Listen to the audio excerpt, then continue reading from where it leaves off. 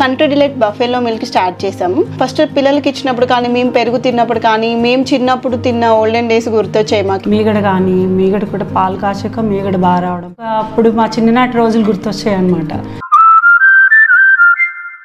కవిత press meet విన్న తర్వాత నువ్వు బడుగు బలహీన వర్గాల కోసమే పోరాడుతున్నావు కదా, బడుగు బలహీన వర్గాల కోసం పోరాడే పార్టీ ఒకటి ఉంది, అది ప్రజాశాంతి పార్టీ, నువ్వు వచ్చి ప్రజాశాంతి పార్టీలో చేరమని ఒక ఆఫర్ ఇచ్చారు కేఏ పాల్, దాన్ని ఎలా చూడాలి అంటే ఇక్కడ ఎందుకు అడిగానంటే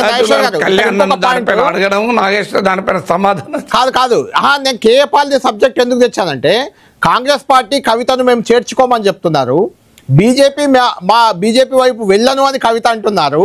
ఇప్పుడు కొత్త పార్టీ కవిత పెట్టే అవకాశం ఖచ్చితంగా ఉంది. ఆమె కొత్త పార్టీ పెడితే ఆ పార్టీకి భవిష్యత్తు ఎలా ఉండబోతుందని అంటే కేఏ పాల్ కవితకే ఫస్ట్ ఆహ్వానం పలకలేదు. గుర్తుంటే ఆయన పవన్ కళ్యాణ్ కు పలికినట్టు గుర్తు నాకు. బట్టి కూడా పలికారు, అద్దంకి దయాకర్కు పలికారు, నా గుర్తు గద్దర్ కూడా చేరారు, గద్దర్ వెళ్ళి చేరారు, షర్మిలకు కూడా అడిగిందేమో చేరారు. ఇక్కడ గద్దర్ చేరడం కాస్త కొంత క్రెడిబిలిటీ ఇవ్వడానికి పనికి వస్తుంది అనుకొని చేర్చుకోవచ్చు, కానీ గద్దర్ ఎందుకు చేరాడు ఇప్పటికీ ఎవరికి ఆ గద్దర్ని అభిమానించే మీలాంటి వాళ్ళు నాలాంటి వాళ్ళకి కూడా అర్థం కాదు. సో బట్ ఒకటి ప్రజాశాంతి పార్టీని కానీ కేఏ పాల్ని తక్కువ చేయడానికి కాదు.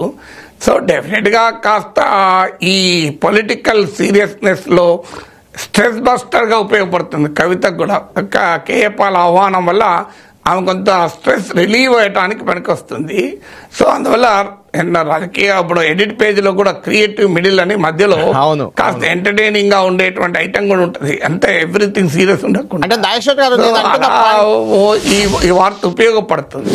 అంటే నేను అంటున్న పాయింట్ ఏంటంటే జనరల్ గా ఒక ఈ స్థాయి, కానీ ఇక్కడ ఇంకో పాయింట్ ఉంది కళ్యాణ్. ఇక్కడ ఒక ఇంట్రెస్టింగ్ పాయింట్ ఏంటంటే కేఏ పాల్ కూడా పొలిటికల్లీ చాలా పరిజ్ఞానం ఉన్న వ్యక్తే. చాలా మంది ఆయన ఏదో ప్యాకెట్లో జోకర్ లాగా తీసేస్తారు, కానీ మీకు ఆయన ప్రజెంటేషన్, ఆయన చెప్పే విధానం కాస్త ఎంటర్టైనింగ్గా ఉన్నా ఈ also knows politics in and out, అందులో అనుమానమే లేదు. ఎందుకంటే ఇవాళ ఆయన కొత్త డైమెన్షన్ కూడా తీసుకొచ్చాడు, ఇంతవరకు ఏ పొలిటీషియన్ తీసుకురంది జూబ్లీ హిల్స్ లో పోటీ చేద్దామని.